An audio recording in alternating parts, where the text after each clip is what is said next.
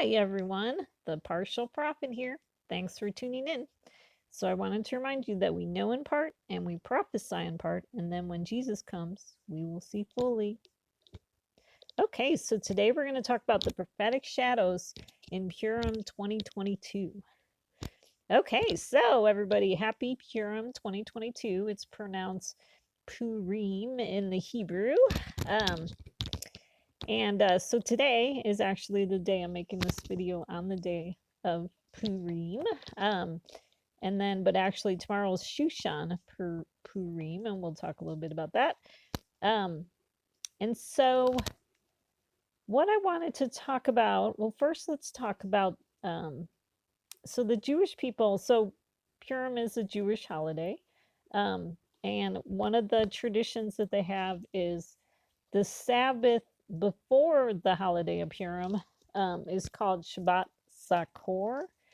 Okay, and so let me read what it says from Chabad.org about this Sabbath. This being the Sabbath before, this being the Shabbat before Purim, on which we celebrate the foiling of Haman, the Amalekites' plot to destroy the Jewish people, the weekly Parsha is supplemented with the Zakor reading, which is Deuteronomy 25, 17, and 19, in which we are commanded to remember the evil of Amalek and to eradicate it from the face of the earth. Okay, so let's read this little passage in Deuteronomy. So it says, remember what Amalek did to you along the way when you came out from Egypt, how he met you along the way and attacked among you all the stragglers at your rear when you were faint and weary, and he did not fear God. Therefore it shall come about, when the Lord your God has given you rest from all your surrounding enemies, in the land which the Lord your God gives you as an inheritance to possess, you shall blot out the memory of Amalek from under heaven. You must not forget. Okay, so I was thinking that we are seeing the fulfillment of this passage right now. But also remember, I believe in multiple fulfillments of passages. I think scripture is very rich, and that, God was able to write the scriptures, or, have the scriptures written in such a way that, there's multiple prophecies being fulfilled, and especially throughout history too. And we'll see an example of that. So, what's happening right now? We have the war going on against Ukraine from Russia. Um, and so, what was interesting is, okay, so um, it talks about um, Amalek attacking the people when they were faint and weary. Okay, so weren't we all faint and weary after 2 years of dealing with COVID? Okay. And then what we have is Putin. He did not fear God. Okay, so definitely he does not fear God. Um, and so what's interesting is that, so we have this concept of like the Israelites coming out of Egypt and then being attacked by Amalek. Okay, so what I thought was interesting is that we had COVID was like, it's kind of hitting a lull right now. And people have been looking forward to getting on with their lives. And then what happens? Lo and behold, this war starts. Okay. So if you think of COVID as a type of Egypt, just as we were coming out from that, then Putin starts this war. Okay. Um, so what was interesting about the war, it was started on February 23rd, okay, which was Adar 22, the first Adar. And so that is actually um, 2 years. It was actually 2 years after 3/18/2020 on the Hebrew date. Okay, so remember 3/18 was the start of the lockdowns, okay, in 2020, okay. And so it was fascinating that this war started exactly on this Hebrew date, Adar 22. Um, so exactly 2 years after that. So definitely, I think there's definitely some prophetic shadows being fulfilled. Um, and so here's an example. Genesis 41, we read, "Now it happened at the end of 2 full years that Pharaoh had a dream, and behold, he was standing by the Nile." Okay, so what if Putin is Pharaoh? Okay, what was his dream? He had a dream of restoring the glory of the Soviet Union. Okay, um, and so sure enough, that happened at the end of 2 full years, 2 full years of COVID. Okay, and lockdowns and stuff like that.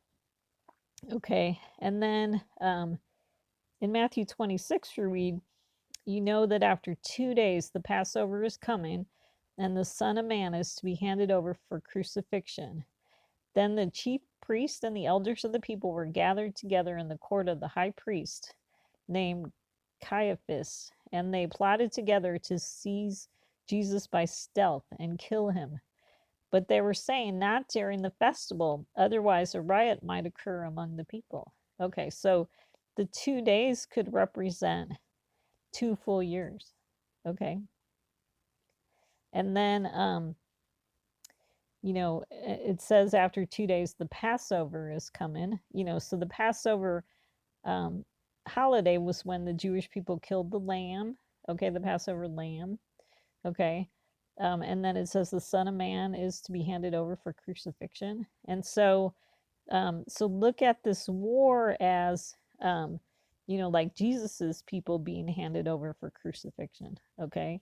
Um, um, and then it says they plotted together to seize Jesus by stealth. Okay, so Russia was definitely trying to do things stealthily. Okay. And then it was interesting that it says they were saying, "Not during the festival, otherwise a riot might occur among the people." And I remember they were talking about the Olympics and everything, and they were wondering if Putin was going to try to do something during the Olympics. Okay, what did Putin do? He waited for 3 days after the closing ceremony of the Olympics before he started this war. Okay, so very interesting. Okay, so what's very interesting is we're seeing a repeat of history. I told you there's multiple fulfillments. And why is that? Because the wicked always act wickedly. They always act the same. Okay. In every generation. Um, and so what we could see is a repeat of history, and then we could kind of see what happened in history to know what we can maybe expect. Okay. So I put a little chart here. I mean, we could go into greater detail in this, but we'll just do a quick overview. So I'm comparing Stalin and Putin. Okay, so Stalin was in power in Russia, um, you know, um, like after World War II.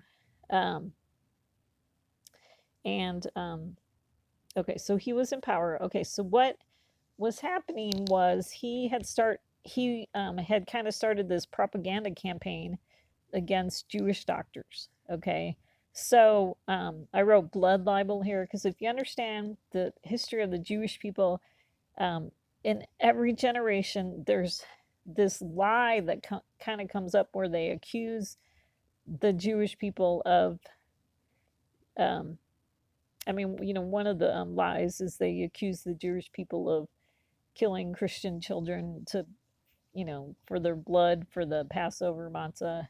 Um, but they get accused of some kind of evil and wickedness, and then it turns the people against them. Okay, so Stalin had this campaign to try to get his country to turn against the Jewish people in his country.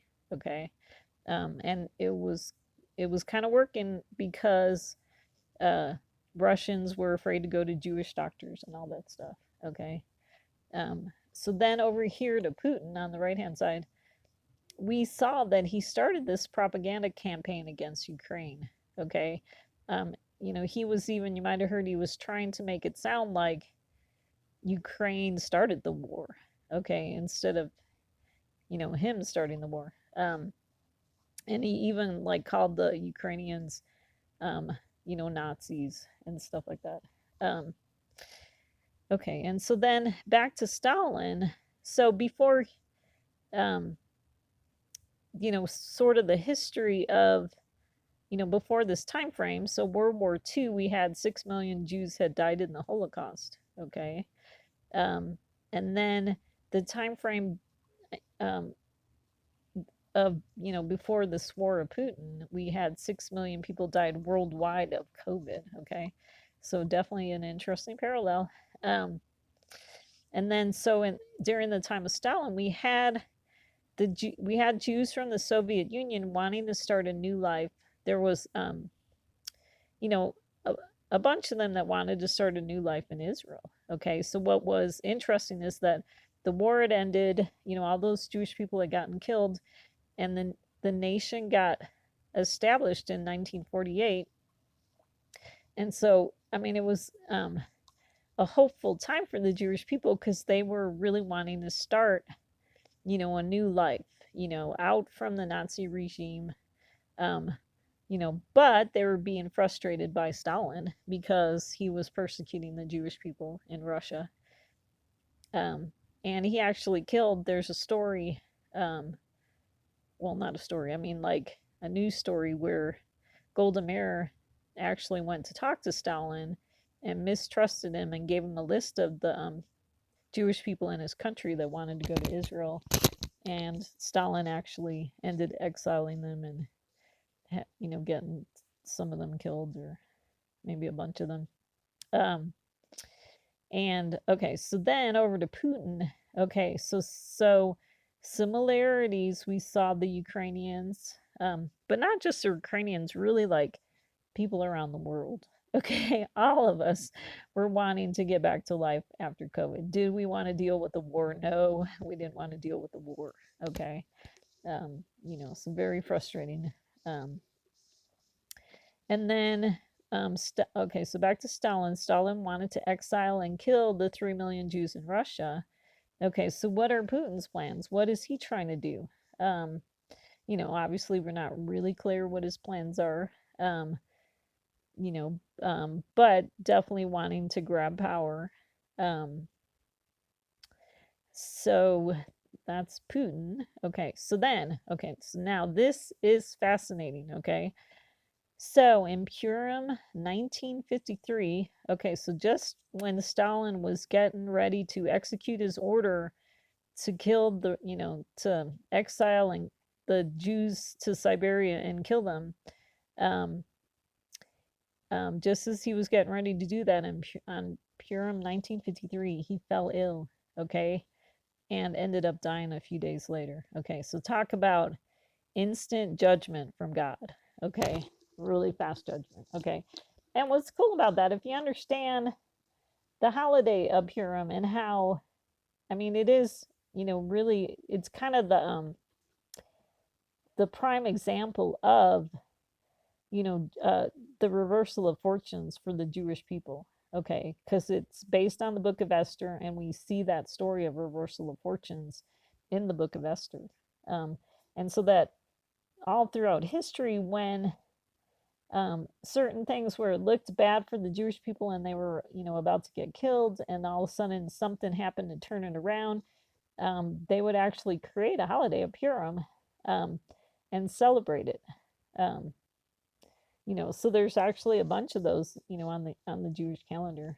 Um, and so what's interesting is now we are in Purim 2022. Okay, today. Okay, but tomorrow's Shushan. What's interesting about tomorrow, the 18th, is so it's actually 8 years after um, Putin first. Okay, so when Putin tried to annex Crimea. Okay, that happened on March 18th, 8 years ago. Okay, so fascinating. Okay, very fascinating. Okay, so we'll see what happens. Okay, um, okay, so let's talk about Purim 2022. Okay, so February 16th, which was yesterday, was the fast of Esther, and then Purim began at sundown. Okay, so today is Purim. It's also St. Patrick's Day. Okay, so what's interesting about St. Patrick's Day is um, that when, back in 2020, when COVID started and everything, St. Patrick's Day was like one of the first holidays to get canceled. Okay. So very fascinating. So it was interesting because this morning I was reading in the news about all the St. Patrick's Day parades, um, that were happening, and so people are getting kind of back to, um, their normal life after COVID. Okay. So very fascinating. What is also interesting about February 17th is that, well, actually, because it's Adar 14 on the Hebrew calendar, it's the anniversary of 31 years after the end of the first Gulf War. So that was another like happy event that happened on Purim for the Jewish people, is that the first Gulf War ended on Purim, okay, in 1991. Okay, that was, Saddam, the war with Saddam Hussein. Okay, so really cool. Then tomorrow is February 18th, which is Shushan Purim. And sometimes when I read about Shushan in the book of Esther, it kind of makes me think of America. Okay, like I kind of see connections to America. Um, and so Shushan could be a prophetic shadow of America. Okay. And so sometimes I think of like Shushan. Well, they do talk about, okay, so the Jewish people consider the Shushan Purim to be the, so it's the Purim for the walled cities. Okay. Kind of based on the book of Esther. And so Jerusalem is considered a walled city. And so it's, so Shushan Purim would be celebrated in Jerusalem tomorrow. But I see prophetic shadows that sometimes I think Jerusalem can be connected to America in prophecy, and that Zion is connected to Israel. Okay. So when I think of Shushan Purim, I think of America. And so what's interesting, like I said, that was when the shutdown started, um, you know, 2 years ago in 2020 on the 18th. Very interesting. So 2 years on the Gregorian calendar. Okay, anniversary. Okay, it's ending up being the 24th day of war against Ukraine. On the Gregorian calendar, they have on the American calendar. Because basically when the war started, I wrote it down. When they mentioned the war, I wrote it down on my calendar. But kind of, if you look at Wikipedia, they have it on the 24th of March. And of February. Let me think. Oh, you know what? I did these dates wrong. Oops. I just realized I should have put March 16th, March 17th, and March 18th. Sorry, I did that wrong. Okay. Um, Sorry that I did that. So just remember March 16, 17, 18. But anyways, I have the war on my calendar starting on the 23rd of February. And in Wikipedia, they have it starting on the 24th. Okay. But it has to do with, time zones and all that stuff. When it was announced in America, it was the 23rd of February. So that would make March 18th, the 24th day of war, in America, on America's time zone. Okay. So, because you know how like they're already kind of like a day ahead of us over there, So, okay. So what's interesting too is that tomorrow we're going to see the worm moon at 3:20 a.m. Eastern Daylight Time. It's the start of the 71st week of Biden. So today on Purim, it's the last day of the 70th week of Biden. So definitely very interesting. And then, so it's also 2 years after 311 on the Hebrew calendars. And so it has to do with, um, it has a lot to do with the fact that we're in a leap year on the Jewish calendar. And so we end up having the second month happens twice. The last month, the 12th month on the Jewish calendar happens twice. So we're having two Adars happening right now. And so we had the first Adar happen last month, and then now we're in the second Adar. Okay. And so on the Hebrew calendar in 2020, it wasn't a leap year, so there was only one Adar 15. Okay. But that was when 3/11 happened. Okay. And if you remember 3/11, that was the day that COVID was announced, the pandemic. And there was, a bunch of other things announced on that day. And it just, really, sounded like the end of the world, on 3/11/2020. Um, so definitely interesting how those are intersecting, okay, with this holiday. Um, and then what we're seeing is a repeating pattern of the 3 blood moons in, okay, so do you remember in 2019, we had the 3 blood moons in January, February, and March, okay? So what was interesting about 2019, and so we were all wondering, we all felt like God was saying something through the blood moons, but we didn't know what. What was he saying, okay? And so it's possible that he was giving us some patterns that were going to repeat itself this year to really help us focus on January, February, and March of this year. Okay, 3 years later, 19, 20, 21, 22. Okay. And so so it was interesting because 2019 was a leap year on the Jewish calendar. So the patterns that we saw in January, February, and March are really matching the same patterns that we're seeing this year. Okay. In 2019, the 3 blood moons fell on 3 different Jewish holidays. Okay. So, like January 21st was the New Year for trees. Okay. February 19th was Purim Katan. And then March 20th was the Purim. And then, so we're seeing that repeated this year in 2022. The 3 blood moons happened. Well, there's not blood moons this year, but it's we have the snow moon and okay. So the first one's let's see, there's the worm moon, the snow moon, and the wolf moon. And actually, it's the wolf moon in January and the snow moon in February and the worm moon in March. Okay, so so tomorrow's the worm moon. Okay. And so we're seeing the full moons or new moons are happening on the same holidays this year. So we saw on January 17th, we saw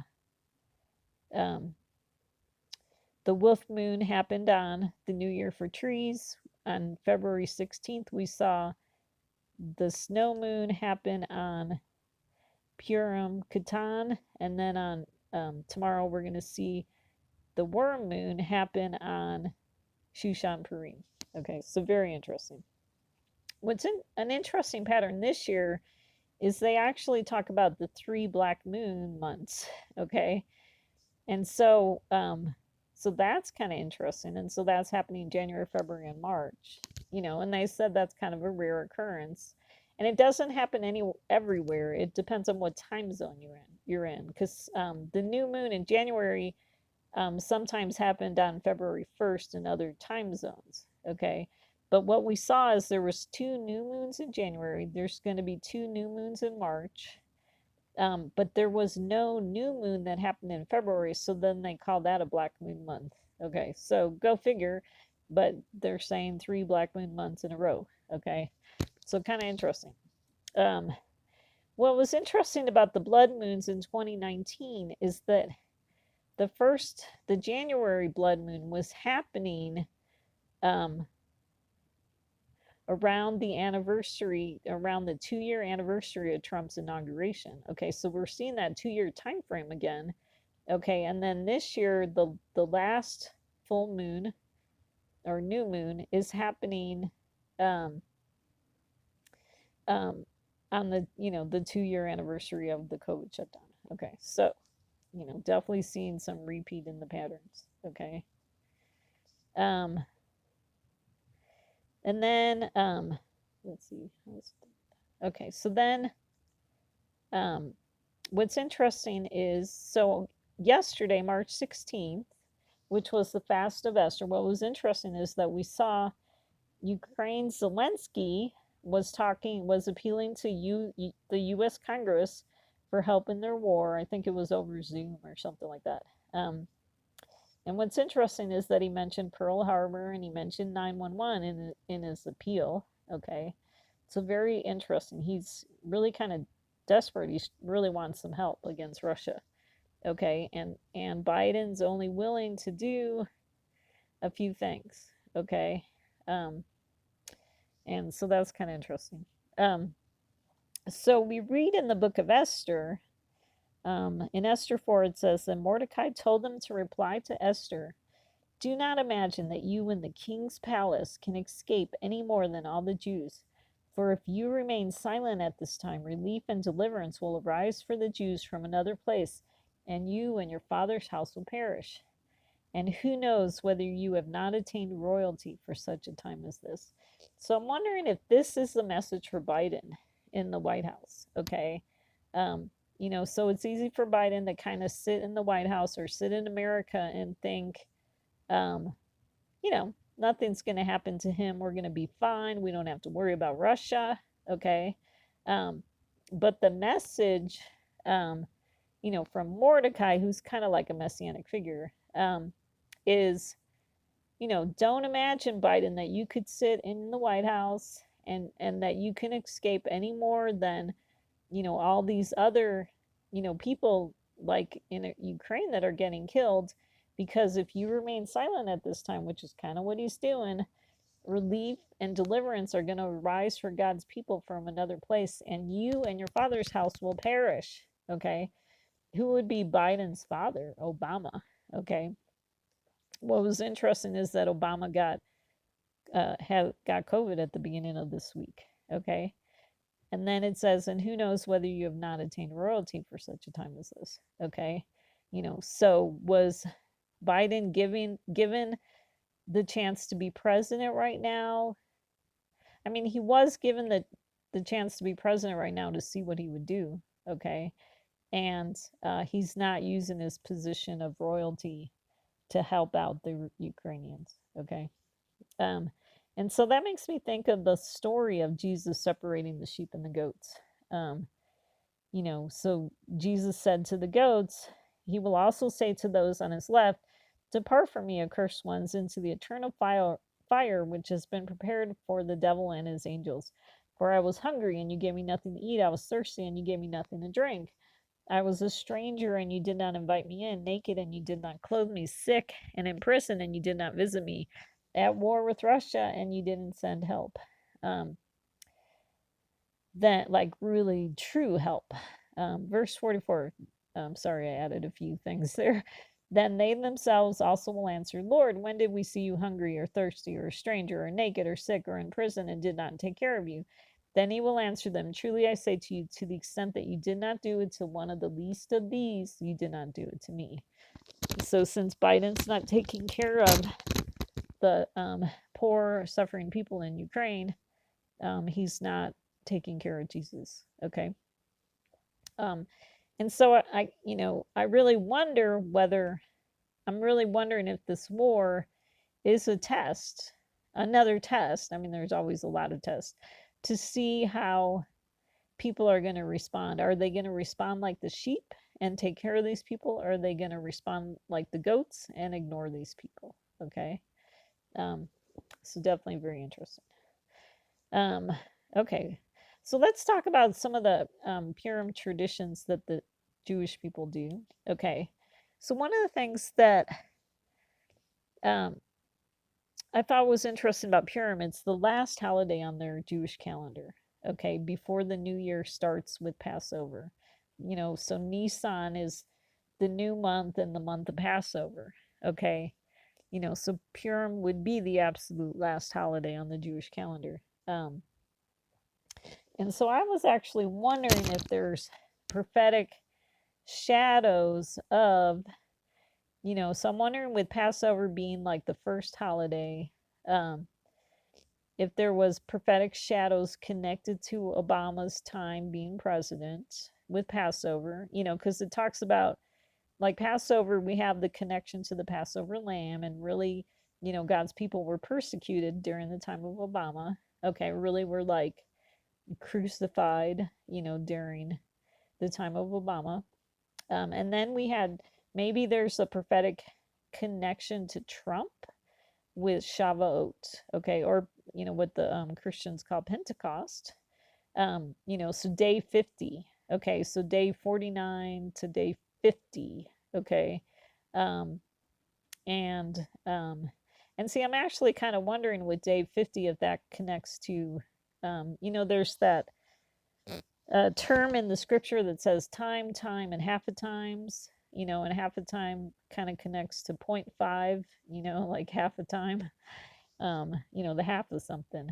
And, so the Shavuot being connected to Trump, could also be showing a picture of, because it happens after this time frame, you're counting for 49, 50 days, before Shavuot gets here. So I'm wondering if there's prophetic shadows and connections to Trump with that. And then I definitely think with Sukkot we had prophetic shadows connected to Biden, because the boosts that the Jewish people build for Sukkot really kind of connected to the lockdowns of COVID that happened during Biden's time. I mean, it happened during Trump's time too, but also during Biden's time. Okay, and Sukkot is the seventh-day holiday, and I think Biden's the seventh king. So I'm not really sure, So the reason why I think that'd be interesting is that I think, so maybe we could see the Messiah show up on Purim because it is the last holiday on the calendar. Like we're at the end of the prophetic calendar. Um, you know, but I do also see, so here's my, um, you know, um, kind of, what do you call it, warning or whatever, that it's very highly possible that we might have to wait one more month for Passover. I mean, because Passover, it is the big holiday about our exodus from Egypt. Okay, um, so there is a possibility that we might have to wait one more month for Passover. Because one of the things is we already had a lot of prophetic connections with Purim and COVID in 2020. Because what's interesting about Purim is that the Jewish people wear masks on Purim. Okay, you know, can you see the big connection to COVID? You know, um, with the masks. So definitely, that started in 2020. Where we were wearing masks. Okay, and what's interesting is that we have in the book of Esther, we have Esther just quietly follows what Mordecai told her. And so what I really think is that God's people just quietly wore masks, during this time of COVID, while we had all these rebellious people that were protesting the lockdown, the shutdowns, and the, needing to wear masks and all that kind of stuff, and the vaccine. Okay, and so Purim comes from the Hebrew word for lots. Okay, so what we have in the story is Haman was casting lots to decide when to kill the Jews. Okay, so that could definitely be a connection to Putin. I also kind of think that there's a connection to the mark of the beast with the lots. Okay, and so we had Haman was casting lots for like over 12 months. Like he was trying to decide which month he was going to kill the Jews. And so it was kind of like he was casting lots over a 12-month time frame.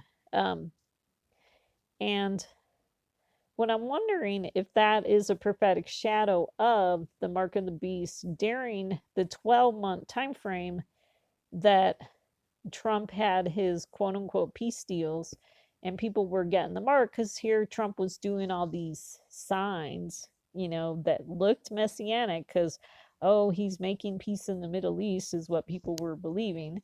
And so then they were, um, falsely thinking that, um, Trump was a messianic figure. Um, and then they were getting the mark of the beast. Okay. Um, so that's what I'm wondering about that. Okay. So other traditions on this holiday is the Jewish people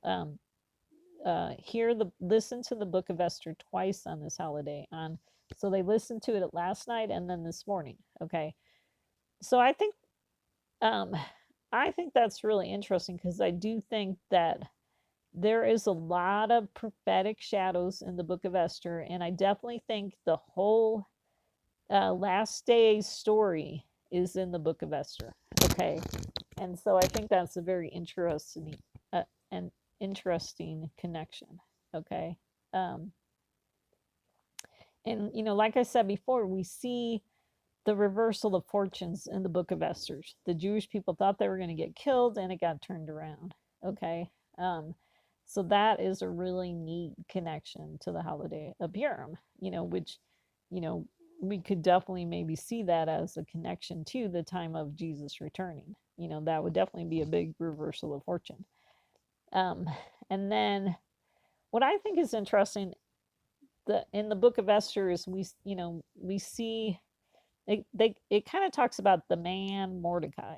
Okay, well, sometimes I see Mordecai in the Book of Esther as a messianic shadow, a messianic figure, but then sometimes I wonder if he's also, um, at certain times, a prophetic shadow of the the false prophet, the man Trump, who appears as a messianic figure but is not really the messianic figure, because he's the man and he's not the Lord Jesus. Okay. Because what's interesting is there's a verse where it calls Moses the man too. And I feel like it's the same thing with Moses, that sometimes he's a picture of Jesus and then sometimes he's a picture of, um, the false, Messiah, the, Trump. Um, so that's what I'm wondering. Okay. The Jewish people pray the Baal Hanissim prayer. Okay, which is, actually makes it a connection to Hanukkah, because that's the same, very similar to the prayer that they pray on Hanukkah too. Okay.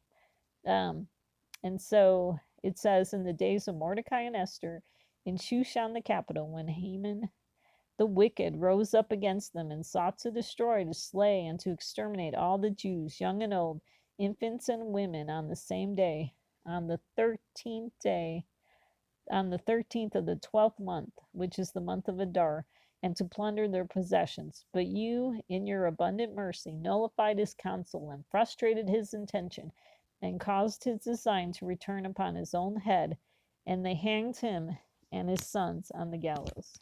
Okay, so this is a prayer to God. And so the Jewish people see that it was Jesus not Jesus, God, that nullified Haman's counsel and frustrated his plans. Okay. And so we saw God working in the background, during the days of Mordecai and Esther. Okay. And it's interesting because God's not even mentioned in the book.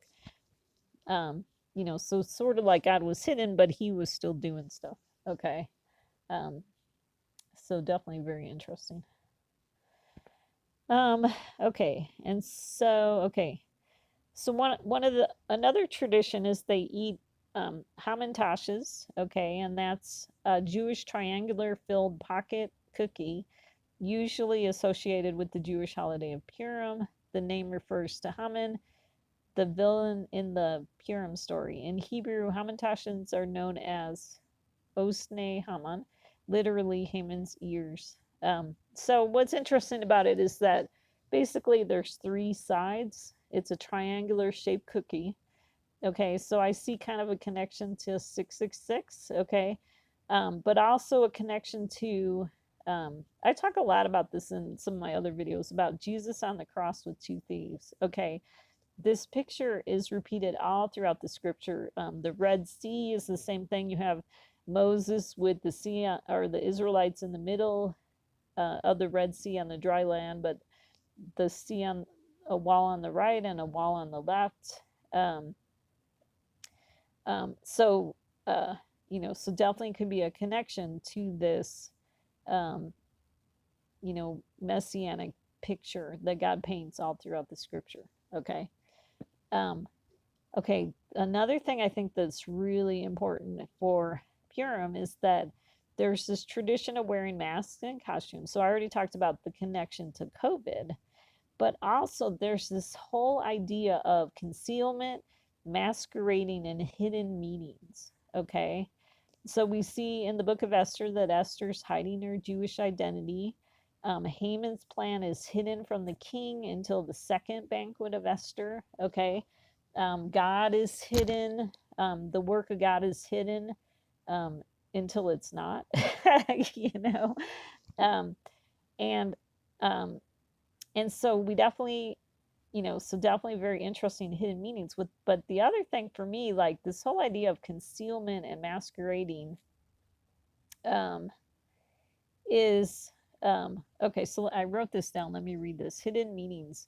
Joseph comes at the end of 2 full years to interpret Pharaoh's dream. When the Messiah comes, he will tell us who the characters in the book of Esther represent in real life. Does Haman represent Putin, Biden, Obama, or Trump, or all of them at various times?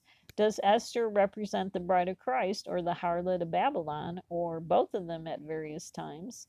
And who is Vashti, etc.? Okay, so I just think that's the neatest part about um, the holiday of Purim, is that there's definitely a messianic connection, because we're going to have Jesus is going to come and tell us what these hidden meanings in Scripture are.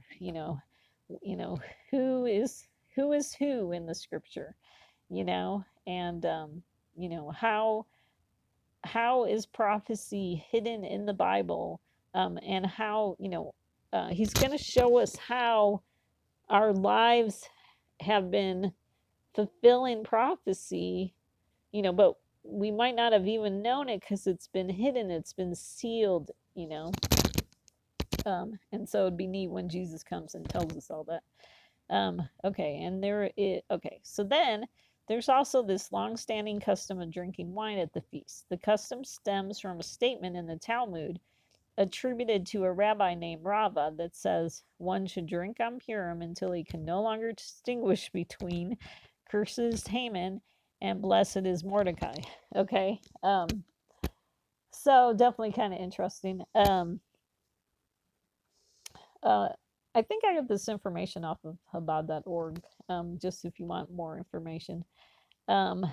So what I think is interesting about that is that it connects to the eating and drinking in the last days. Okay, so like it would connect to the story of Belshazzar in the book of Daniel, where we have Belshazzar, if I'm saying his name correctly, is drinking from the goblets from the temple.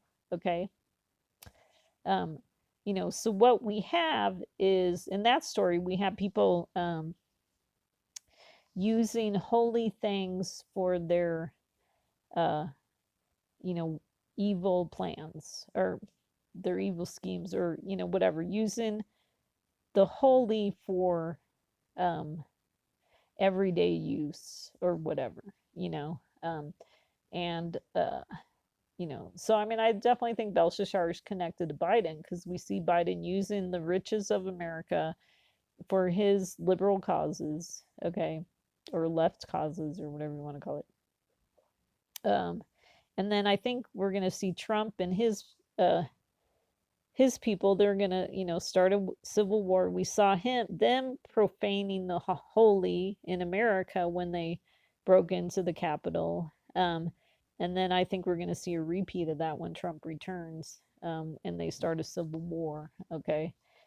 So that's the eating and drinking in the last days. But then also, along with masquerading, so this also connects to, it's representing the diluting influence on Trump followers.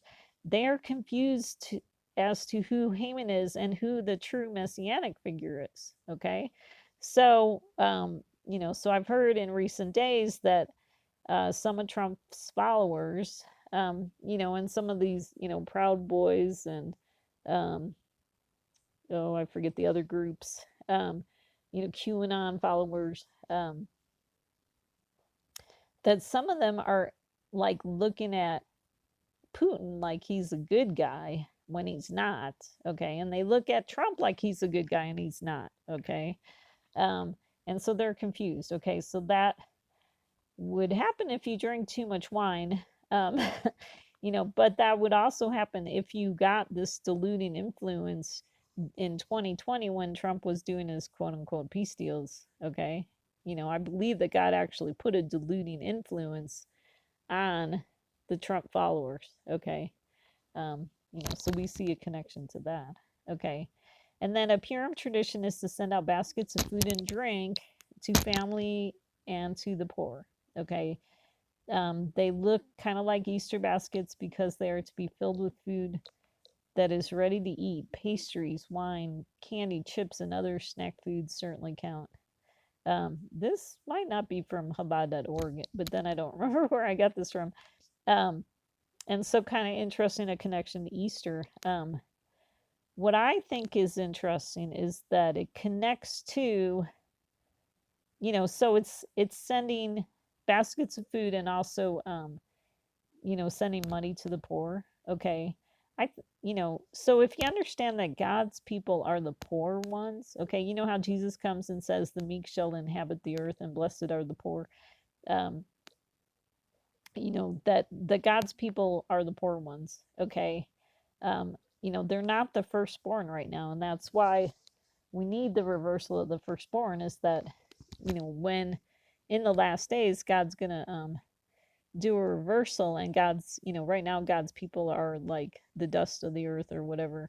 And then he's going to do a reversal where then they will be the firstborn that will be in charge. But right now God's enemies are the ones in charge of everything. The government, the churches, the synagogues, the media, etc., etc., the libraries. So I got that verse in Exodus where it says, okay, and after that he will let you go, Pharaoh will let you go. And then it says, I will grant this people favor in the sight of the Egyptians. And it shall be that when you go, you will not go empty handed. But every woman shall ask of her neighbor, and the woman who lives in her house, articles of silver and articles of gold, of clothing, and you will put them on your sons and daughters. Thus you will plunder the Egyptians. So I think that's an interesting connection. Anyways, okay, and so then looking, so I'm putting in some future dates in case, we don't see things kind of happen. There's another date that we want to be aware of. On March 25th, that's the second Adar 22. That is this another date that's 2 years after 318. Okay, the shutdown. Which, by the way, is an 8-day. The 22nd is an 8-day. Okay, and so we could be looking for Trump to return on a like a 22nd day, because 22 connects to an 8-day. So like I said, there's actually, because Adar's repeated, there's actually 3 dates that are the 2-year anniversary of 318. Okay, so there's 1 Adar 22, there's 2 Adar 22, and then there's March 18th. Okay, hopefully that makes sense to you. Okay, so we have one more date that could be the actual 2-year time frame. Okay, but we'll see what happens. And then so another high watch date. But then in April, if we gotta wait till April till Passover, that's April 15th is Passover Eve and Good Friday. Easter is on the second day of Passover, April 17th. So we might have to wait a whole another month which would maybe connect to Esther's 30 days that she mentions. Um, I'm not sure, because obviously it's hidden right now. Um, but, if things don't happen, hang on because Passover is coming. Okay. So if we don't see our freedom in Purim, if we don't see the end of the war, I definitely think we're going to see something happen on Passover. Um, or I definitely would like look expectantly to Passover and Easter. So, because Easter is the holiday of resurrection, so, and Passover is the holiday of freedom from Egypt. So, um, okay, and then in the book of Esther, we see there's two banquets of Esther. Okay, so in the first banquet, we just have Esther's just drinking wine with Haman and the king, and it it really doesn't seem like much is happening. Okay, and then after the banquet, Haman builds gallows for Mordecai. And then there's a second banquet where they're drinking wine again, but then Haman is falling on the couch, which is kind of like could be a prophetic picture of Haman like trying to rape Esther. Okay. Um, and um, and then so basically what happens is Haman gets exposed. The evil Haman gets exposed. Okay. And what we have is the king was angry and he leaves when he finds out about Haman, but then he returns when Haman is falling on the couch. Okay. Um, so definitely a lot of prophetic shadows happening here. Esther drinking wine with Haman and the king. The first banquet could actually be a prophetic shadow of the time of Trump. And then what we have Haman building gallows for Mordecai, that could be a picture of a prophetic shadow of, how, Biden's administration, they were going after the January 6th rioters. Okay. And then, but then, don't forget that Haman ends up getting hung on the same gallows that he built for Mordecai. Okay. And then, so what we have is the second banquet. So Haman falling on the couch. So this is where Haman could then be a connection to Putin because Putin is, like trying to kill God's people. Okay. So like trying to rape Esther. Okay. And so the king that was angry and leaves could be God that, kind of hides his face from us for a moment, but then he returns when his people are getting killed. Okay. So definitely kind of interesting. And then just really quickly in Genesis, so there's a story in Genesis about the 4 kings versus 5. Okay. And so it's kind of interesting because we are seeing some prophetic fulfillment. So it says, I won't read the verses, you can read them on your own. But it says, for 12 years they served Chedorlaomer. Okay. And so I'm thinking the 12 years connects to 8 years of Obama, 4 years of Trump. In the 13th year, they rebelled. Okay. So that connects to the first year of Biden. And what we saw during that first year is Trump's peeps were rebelling against the government. Okay. They didn't want to wear masks. They didn't want to get vaccines. We saw the big rebellion on January 6th where they didn't want to accept the election results. Okay. And then it says in the 14th year, we see war in this passage. Okay. 4 kings versus 5. Okay. So see the prophetic fulfillment in the 14th year, war against Ukraine. Okay. And then the story goes on to talk about Abram coming to save Lot. Okay. And then we see Melchizedek showing up at the end of the chapter, kind of a weird story, a mystery with this Melchizedek, but he's definitely a messianic type figure. Okay. So we're seeing fulfillments of this chapter, okay, in our day. And then, so we've been wandering in the wilderness. So one of the patterns in scripture is God delivers the nation of Israel from their slavery in Egypt, but they don't immediately go to the promised land.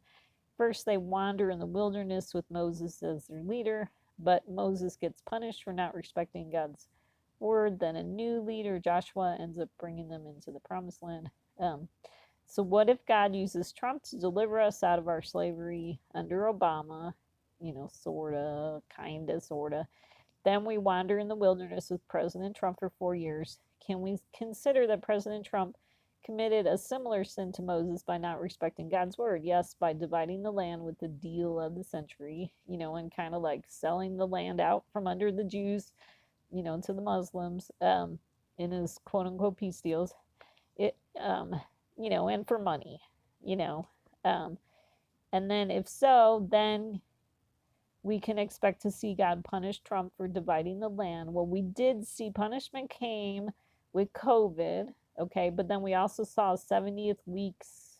So Trump lost the presidency, and then on the 70th week after the deal of the quote unquote deal of the century, Trump got kicked off of Facebook and Twitter. Netanyahu lost, he got kicked out of being prime minister of Israel. And then we can expect God to bring a new leader, the Messiah, to bring us into the long awaited promised land. Okay. So that's what's going on with that. Esther 8. Um, so in Esther 8, we see Esther spoke against the king, fell at his feet, wept, and implored him to avert the evil scheme of Haman the Agagite and his plot which he devised against the Jews. The king extended the golden scepter to Esther. So Esther arose and stood before the king. Then she said, if it pleases the king and I have found favor before him and the matter seems proper to the king, and I am pleasing in his sight, let it be written to revoke the letters devised by Haman, the son of Hammedatha the Agagite, which he wrote to destroy the Jews who were in all the king's provinces. For how can I endure to see the calamity which will befall my people? And how can I endure to see the destruction of my kindred? So I was wondering if the calamity which befell Esther's people is the coronavirus. And then now the destruction of her kindred is now the war in Ukraine. Okay, what's interesting is on Wednesday, March 16th, okay, I got the right month that time, was the fast of Esther. Okay, the U.S. Embassy in Ukraine said Russian troops shot and killed 10 people standing in line for bread on Wednesday in the decimated northeast Ukrainian city of Chernihiv. And then it says, such horrific attacks must stop, the embassy said in the tweet. Okay, so here's an Esther type figure saying, how can I endure to see the destruction of my kindred? Something needs to happen. Okay, so one fulfillment of these verses, but obviously the other one is, obviously God's people are, going to be praying. You might not be able to help out the Ukrainians physically or monetarily, but you can help them with your prayers, So, and so I was trying to figure out. So Esther, in the book of Esther, she talks about she hasn't been summoned to the king for 30 days. And then she talks about assembling the Jews to fast for 3 days, night or day. And then her and her maidens will also fast in the same way. So I was wondering if the Jews fasting for 3 days, night or day, would be a picture of Messiah's peeps. So I'm wondering the 3 days would be like time of Obama, time of Trump, time of Biden. And then the third day, Esther going to the king could be a picture of Trump returning and starting civil war or whatever, going against Biden. And then Esther's and her maidens fasting for 3 days. So I have the March 16th, 17th, 18th. So the third day could be March 18th. Okay. When I'm wondering, one possible fulfillment of the 30 days is February 14th to March 15th. because they talk about they mourn in the scripture. It talks about 30 days mourning for Moses. Okay, so if you remember the week of February 14th, um, it was a bad week for Trump. Okay, um, and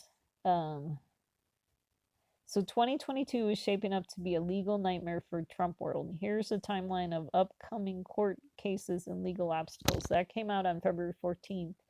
Okay, so 30 days ago. And then another article, it was tax firm Mazars. Okay, so this happened on February 14th. The tax firm Mazars. Okay, so they like quit being Trump's tax firm, and they said their former president's financial statements are unreliable. So that happened on February 14th. And then there was several other things that happened that week. Okay. And so I'm wondering if that's, the 30 days of mourning for Moses. Okay. So if so, then these 3 days right now could be important. Okay. And so we see, the sign of Jonah is really similar to these 3 days. Okay. So Jonah, so it talks about an evil and adulterous generation craves for a sign. Okay. But no sign will be given it to it but the sign of Jonah the prophet. Okay. So Jonah the prophet could be a picture of Trump. Okay. Because Jonah, the name means dove. Okay. Which is the connection to peace. Okay.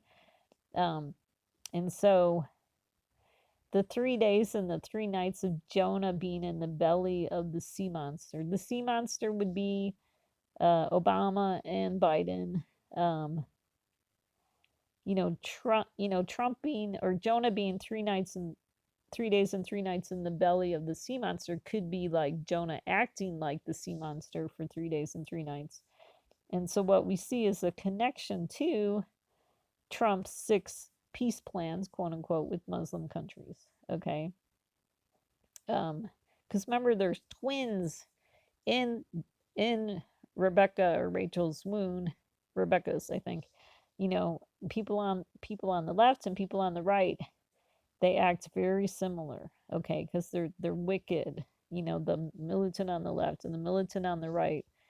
I mean, obviously not everyone on the left and not everyone on the right, because there's God's people too, but the tares, they act like twins, whether they're conservative or liberal or left or whatever. It's just very similar behavior and beliefs. um, you know just slightly different. Okay. And then what we see is the Son of Man is 3 days, 3 nights in the heart of the earth. Okay, so the Son of Man being a connection to Jesus. 3 days could be the time of Obama, time of Trump, time of Biden, and then are the 3 nights when Trump returns and starts the civil war? Question mark. So labor pains. Oh Lord, they sought you in distress. They could only whisper a prayer. Your chastening was upon us. That's what's happening right now. As the pregnant woman approaches the time to give birth, she writhes and cries out in her labor pains. Okay, so we're suffering labor pains with this war. Okay. Thus were we before you, O Lord. We were pregnant and we writhed in labor. We gave birth, as it seems, only to wind. Okay, no nation will step up. Or, God's people are, like only talking to the wind. No nation will step up militarily to help Ukraine. Okay, that's like Vashti on day 7 would not come with royal crown. Okay, her beautiful crown. Okay, that's America. Well, Biden right now, not okay. Day 7 is the time of Biden. Okay, he's the 7th king. Biden's not willing to step forward to with because remember, like the first horse of the apocalypse, it's a white horse, and they go out conquering and to conquer. I kind of think that was America before, when we actually made a difference in the world. I mean, I think it could be, I don't know totally for sure. And then here we are now, not willing to go out, not willing to step up militarily. to make the world a safe place. Okay, like we used to. Okay. So we could not accomplish deliverance for the earth, nor were inhabitants of the world born. Okay. Um, and then what does God say? Come, my people, enter into your rooms and close your doors behind you. Hide for a little while until indignation runs its course. For behold, the Lord is about to come out from his place to punish the inhabitants of the earth for their iniquity, and the earth will reveal her bloodshed and will no longer cover her slain. So good promises. Um, and then we have Mordecai. Let's see. So Mordecai, when Mordecai learned all that had been done, he tore his clothes, put on sackcloth and ashes, and went out into the midst of the city and wailed loudly and bitterly. He went as far as the king's gate, for no one was to enter the king's gate clothed in sackcloth. In each and every province where the command and decree of the king came, there was great mourning among the Jews, with fasting, weeping, and wailing, and many lay on sackcloth and ashes. Then Esther's maidens and her eunuchs came and told her, and the queen writhed in great anguish. So labor pains. And she sent garments to clothe Mordecai that he might remove his sackcloth from him, but he did not accept. So Mordecai right here could be a picture of, what's the guy's name? Zelensky, I think, the Ukrainian guy, the Ukrainian leader. And which I found out today he's of Jewish heritage, and and so he's going out crying loudly and bitterly, and he's trying to get the world's attention. Okay, and it's interesting that he went to Congress yesterday, and like he like didn't mention. There was something like he didn't mention about Biden not being willing to set up a no-fly zone. Okay, so he's trying to be careful not to enter the King's Gate, Biden's world, clothed in sackcloth. He's like kind of walking this tightrope of trying not to, you know, upset Biden. Um, so so we're seeing, you know, so labor pains and the queen writhing in great anguish would be God's people, you know, having anguish about this war, and then sending garments. Okay, so, and she sent garments to clothe Mordecai that he might remove his sackcloth, but he did not accept. Okay, so, so Ukraine wants more than just, humanitarian help. They need military help. Okay. And then it says, for you yourselves know full well that the day of the Lord will come just like a thief in the night. While they're saying peace and safety, so maybe they were saying peace and safety with COVID, okay, then destruction will come upon them suddenly like labor pains with the woman with child, and they will not escape. Okay. So, sudden destruction was the war. Okay. So, like labor pains. Okay. So the war's like labor pains. Okay. So that's one fulfillment. One thing I thought that was interesting was while Trump was saying peace and safety with the deal of the century, then we saw sudden destruction with the coronavirus. And then, so see multiple fulfillments. While we were seeing Biden saying peace and safety with his sanctions against Russia, like he's claiming that these sanctions are going to work. And he's doing the same thing with Iran because he's claiming peace and safety with the Iran deal. Okay, well then is he gonna see sudden destruction with God's judgment? Okay, so that remains to be seen. So so in Genesis, in the story of Noah, we see, for the earth is filled with violence because of them, and behold, I am about to destroy them with the earth. Okay. So then God tells Noah to make an ark. As for you, take for yourself some of all food which is edible, so that connects to the gifts of food on Purim, and gather it to yourself, and it shall be food for you and for them. Okay. And then you shall take with you every clean animal. It came about after the 7 days, which would be the end of Biden's time, it's being the seventh king, that the water of the flood came upon the earth. That could be war. In the 600th year of Noah's life, in the second month, in the 17th day of the month, on the same day, all the fountains of the great deep burst open and the floodgates of the sky were opened. Okay, so that could connect to March 17th. Okay, the floodgates of the sky. Oh, which is today. Okay, Purim. So, I see a connection to, so a possible fulfillment of the Tower of Babel. Okay, because it says, they said to one another, come, let us make bricks and burn thoroughly. And they use bricks for stone and they use tar for mortar. So, like, with war, do we hear them mentioning mortar shells?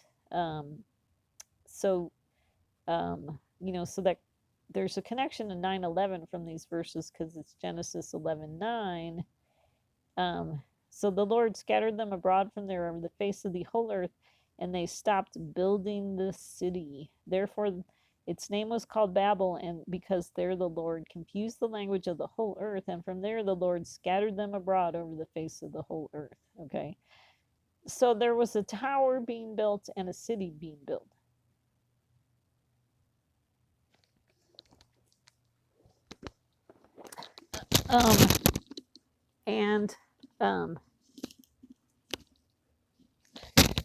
So a tower being built and a city being built. And so I'm kind of wondering if, like, there's always so many, possible connections. And so I'm wondering if,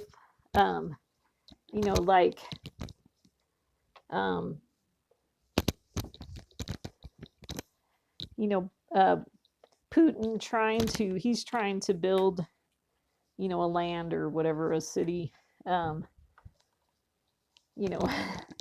he's trying to rebuild USSR.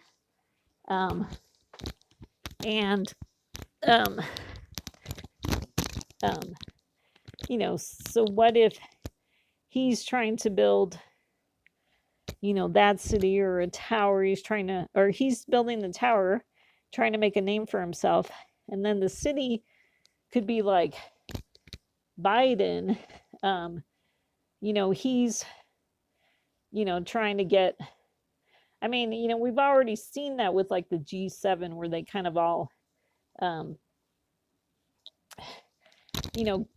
like gathered together, for a single purpose, and so what if, the city, there's a connection with the city, to what Biden's doing, a connection with the tower to what Putin's doing. And it says they stopped building the city, or it should say also too, they stopped building the tower.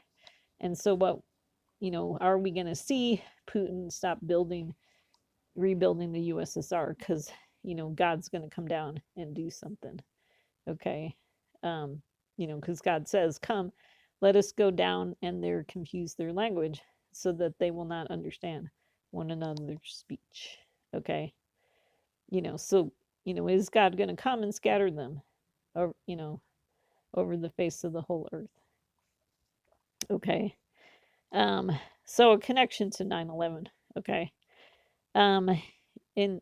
So in Exodus, we see, so in the story of Exodus, some of the previous plagues are the locust, the 3 days of darkness. And then in Exodus 11, it says, one more plague I will bring on Pharaoh and on Egypt. After that, he will let you go from there. When he lets you go, he will surely drive you out from here completely.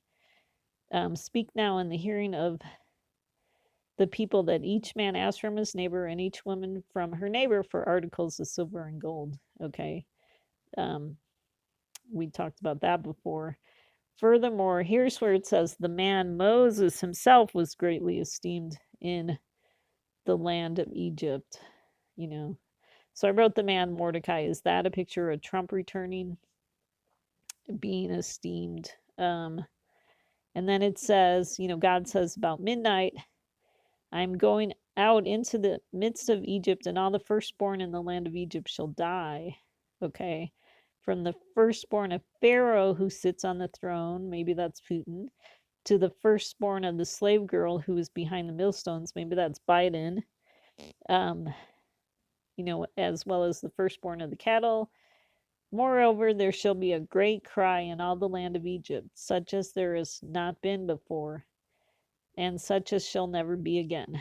But against any of the sons in Israel, a dog will not even bark. Okay. So that would be a great reversal of fortune for God's people. Okay. And then, then it goes on to say, but against any of the sons of Israel, a dog will not even bark, whether against man or beast, that you may understand how the Lord makes a distinction between Egypt and Israel. Distinction. Okay, so that would be a distinction between the sheep and the goats. All these your servants will come down to me and bow themselves before me, saying, Go out, you and all the people who follow you, and after that I will go out. And he went out from Pharaoh in hot anger. Then the Lord said to Moses, Pharaoh will not listen to you, so that my wonders will be multiplied in the land of Egypt. Moses and Aaron performed all these wonders before Pharaoh, yet the Lord hardened Pharaoh's heart, and he did not let the sons of Israel go out of his land. Now it came about at midnight, the Lord struck all the firstborn in the land of Egypt, from the firstborn of Pharaoh who sat on his throne to the firstborn of the captive who was in the dungeon, and all the firstborn of cattle. Pharaoh arose in the night, he and all his servants and all the Egyptians, and there was a great cry in Egypt, for there was no home where there was not someone dead. Okay. Okay, so definitely it'd be interesting to see if that gets fulfilled. Okay. So I also see, we see about 21 days in the book of Daniel, but the prince of the kingdom of Persia was withstanding me for 21 days. Then behold, Michael, one of the chief princes, came to help me, for I'd been left there with the kings of Persia. Okay, so March 15th was the 21st day of the war in Ukraine. The 24th day is March 18th. Okay, so that's when Michael, one of the chief princes, or that's when Daniel has kind of sort of like a messianic encounter, but it could be a false messianic encounter. Okay. Or there could be dual fulfillments or whatever. But it's like on the 24th day, Michael comes to help. Okay. So March 12th. Okay, we already talked about Amalek. Okay. Okay, so what was I adding to this? Okay, on Purim. Okay, so what's also interesting is that on Purim, the Jewish people boo Haman. Okay. So then we see a connection to Daniel 9:21, where it says, While I was still speaking in prayer, then the man Gabriel, who I had seen in the vision previously, came to me in my extreme weariness about the time of the evening offering. Okay. So are we faint and weary? Are we in extreme weariness? Okay. And then I think I forgot to mention this, but the evening offering, in my previous videos, I talk about how there's a morning offering and then there's an evening offering. And I was wondering if the Holocaust was like the morning offering, and then now the time frame that we're in is the evening offering with the people that died during the coronavirus, and then the people that are dying during this war with Ukraine. So Jesus says, okay, so we're almost done, I think, so hang in there. Okay, so Jesus says, okay, Matthew 24, definitely great passage for these last days of what's going to happen. Jesus says, see to it that no one misleads you, for many will come in my name saying, I am the Christ, and will mislead many. Okay. So we already saw, sorry, my hand sanitizer. So we already saw that,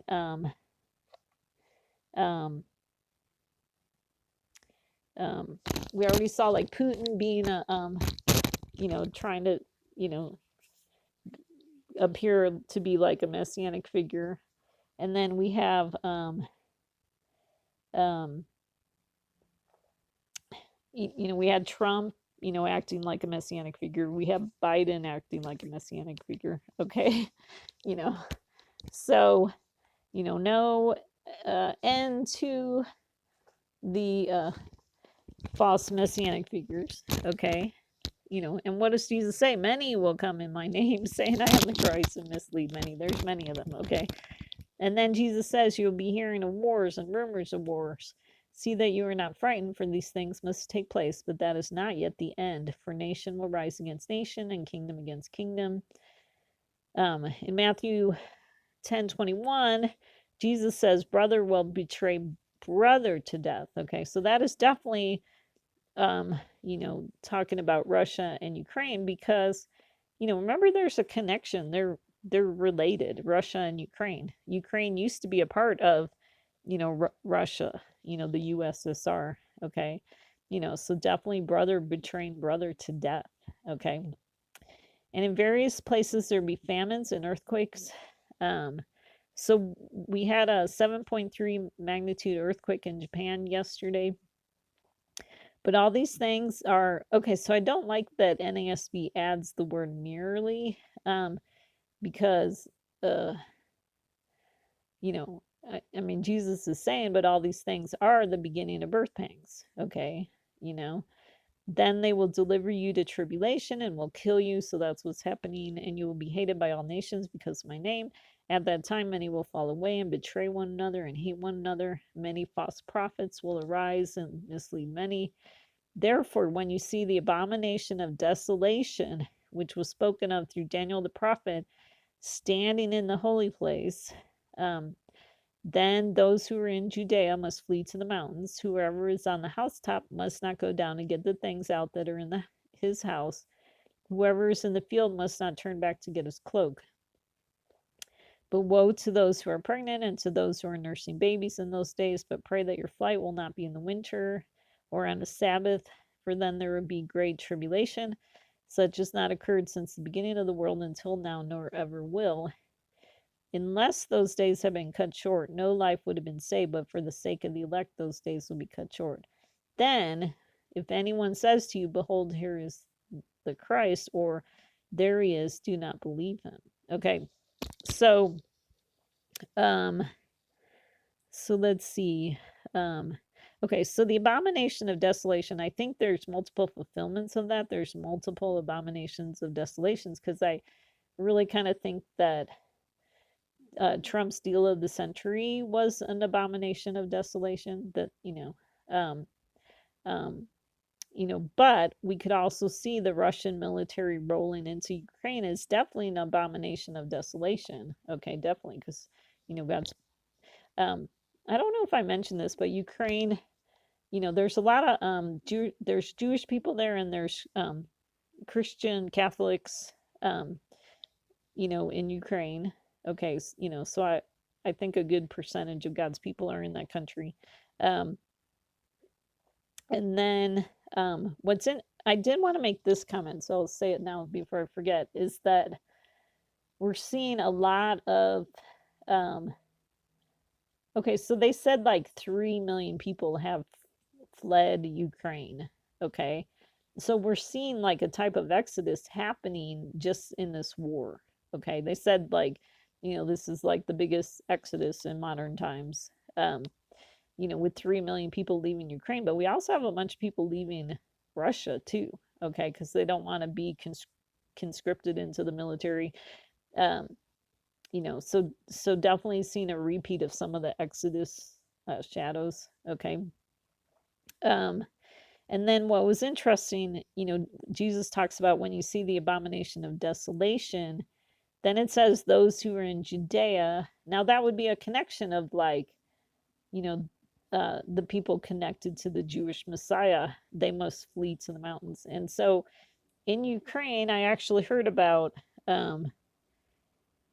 like, on the Chabad website, they talked about, some of the Jewish people were sending their kids up into the mountains in Ukraine to protect them during the war.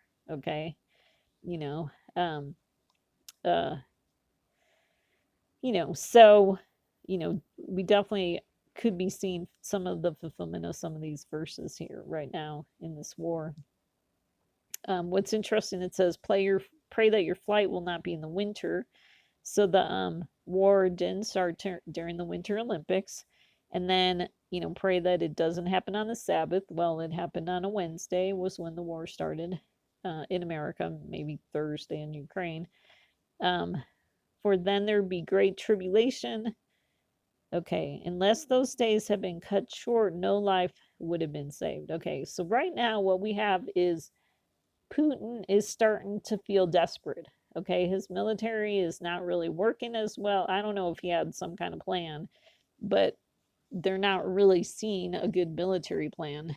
Um, and so he's being really kind of messy and destructive with his war. And, and really what's happening is there's just a lot of civilian casualties. Okay. And so Jesus says, unless those days have been cut short, no life would have been saved.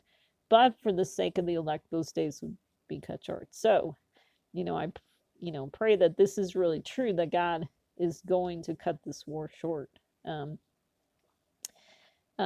then, so what's interesting is, so then it says, then, if anyone says to you, so maybe after the war was cut short, um, if anyone says to you, behold, there is the Christ, so maybe, okay, so we see, God, somehow putting an end to the war, like maybe Putin, dying, having a heart attack or whatever, like Stalin.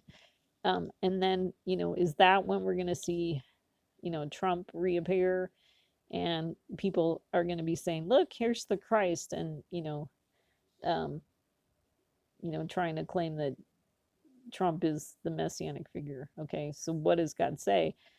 Do not believe him. Okay, do not believe them. Okay, don't follow Trump. Okay, pray for strength. So more words of Jesus. Men fainting from fear and the expectation of things which are coming upon the world. So when you see these things begin to take place, straighten up and lift up your heads, because your redemption is drawing near. Okay. So you also, when you see these things happening, recognize that the kingdom of God is near. Okay, and so be on the alert at all times, praying that you may have the strength to escape all these things that are about to take place and to stand before the Son of Man. So pray for strength. Pray for strength for the Ukrainians too.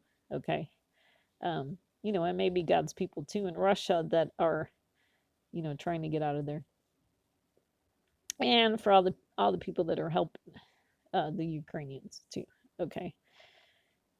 So I found this 1290 day connection. I already had in my previous videos I found a 1290 connection between the time when it was something like Trump had declared his presidency, I think, or there was some kind of like the end of Biden, or Trump declared his presidency, and then the deal of the century was 1290 days. But then I see this one too. Okay, so this comes from Daniel 12:11. It says, from the time that the regular sacrifice is abolished and the abomination of desolation is set up, there will be 1290 days. So on August 13th in 2018, Trump signed the fiscal year 2019 National Defense Authorization Act, which included $250 million to extend the Ukraine Security Assistance Initiative, a pot of Department of Defense funds intended to help Ukraine deter Russia and purchase weapons. Okay. But what was interesting about this, so Trump signed this, okay, but then what was interesting, in 2019, he put a delay on these funds for Ukraine, okay, wanting a review of how they would be spent. So, see, Trump was kind of a nutcase, and he didn't see how evil Biden was, okay? And he just did some really bizarre behavior, okay? And, he didn't see how important it was, for America to help Ukraine, with their military, okay? so that they could, deter Russia. Okay. And so what we see is August 13, 2018 plus 1290 days takes us to February 23rd, which was the invasion of Ukraine. Okay. So there's a possible fulfillment of that first. Okay. So like I said, I think we have the sea of Biden on one side, the sea of Trump on the other, or like Trump's also the beast from the earth. I think Biden and Obama are definitely the sea monsters. But in the middle, we have the dry land with Messiah, no lies. As the sea split, the hidden world came to light. Then I saw a new heaven and new earth, for the new first heaven and first earth passed away, and there is no longer any sea. Okay, so like the sea monster goes away, the beast from the earth goes away. Okay, and then so I put this in here from Daniel 12. Many of those who sleep in the dust of the ground will awake, these to everlasting life, but the others to the great disgrace and everlasting contempt. Then I, Daniel, looked, and behold, two others were standing, one on this bank of the river, and the other on that bank of the river. And the one said to the man dressed in linen, who was above the waters of the river, how long will it be until the end of these wonders? I heard the man dressed in linen, who was above the waters of the river, as he raised his right hand and his left toward heaven, and swore by him who lives forever that it would be for a time, times, and half a time. And as soon as they finished shattering the power of the holy people, all these events will be completed. So if the Ukraine war is, shattering the power of the holy people, then we could see that we're really approaching the end. Okay. And so we have this guy who's above the waters of the river saying it'd be for a time, times, and half a time. Okay. And so what I'm wondering is, is the time, is that the time of Trump? The times is the 2 times of, we had Obama for 8 years, now we have Biden. Is that the times? And then is the half a time the return of Trump for maybe only 3, like a half a week? Okay. That's what I'm wondering about that. Okay. And then it's interesting because it says, many of those who sleep in the dust of the ground will awake. Okay. So what you got to remember is that because of God's enemies have really like kind of caused God's people to kind of be like asleep in the dust of the ground. I mean, like some of them are actually dead, that some of God's people have been killed, maybe by COVID, maybe by, you know, wars and things like that. But, we see this picture of, like God's people are sleeping in the dust of the ground. And then, but what we see is there's 2 groups of people that are sleeping in the dust of the ground, and some are going to awake to everlasting life, and some to disgrace and everlasting contempt. So, what happened is that with Biden returning, Trump's peeps, they ended up, kind of being put to sleep in the dust of the ground. Okay. And so, but they're going to return, but then eventually, to disgrace and everlasting contempt. Okay. So that's what I see in those verses. So, so hang in there, so, time could be short, possibly. So I wanted to share these exciting prophetic shadows in Purim, especially since today's the day. Tomorrow could be a big day, or like I said, maybe next week, for the third day of this 2-year anniversary of the COVID lockdown. Maybe that's an important prophetic day. I'm not sure. We just have to wait and see what happens. But in the meantime, we can be encouraged by the prophetic shadows in Purim. We can be encouraged. If you have a chance, go, take a look at, read the book of Esther, because you might be encouraged by the book. And then,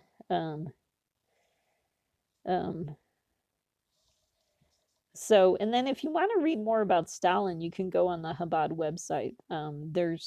This guy wrote a series of articles about Stalin, which is really encouraging. So you could go to the Chabad website and do a search. Like do Stalin and Purim, like put Stalin and Purim, and I think the article might pop up for you. So, that's a really cool story. So that might encourage you too. There's just so much prophetic information, and so it's just really hard to get it all down. But hopefully this gives you a picture of, maybe what's going on in our day and age. I'd like to do another video, the Lord willing, about that talks more about Biden being the 7th king, and then Trump being the 8th king. So look out for that. Hopefully I'll get a chance to do that. I already got the slides done. I just need to record it. But it's been kind of a crazy time right now. So hang in there, be encouraged, pray for strength, pray for the Ukrainians, pray for God's people that are, in exile and fleeing persecution. But be encouraged by the story of Esther, the book of Esther, because, it's really a picture of, God remembering, his people suffering, and then doing something, this was something too that I didn't really kind of mention from the book of Esther is, we see kind of like a group, like, we see Mordecai kind of leading the people to war, to fight back against their enemies. And so some of those prophetic shadows could connect to the Ukrainians fighting against Russia. Fortunately, the Russian military is not that good, and so they are able to, win some battles. And, so that's a blessing from God, something we can thank God for.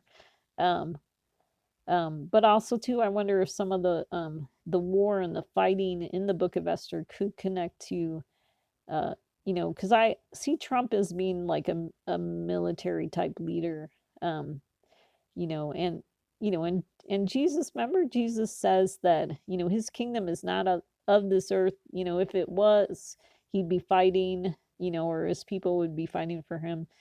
But Jesus says it's not. That's not, what we can expect from Jesus. But there will be, we can expect to see a false messianic figure, leading people to fight. And so I think that's Trump. I talked about that before, just leading people in this civil war in America. But I don't believe we're supposed to be a part of that as God's people. We're supposed to, wait for God, to set us free, to fight our own battles for us. If you read the Psalms, there's a lot of verses about, God, fighting our battles for us and setting us free and delivering us and all that kind of stuff.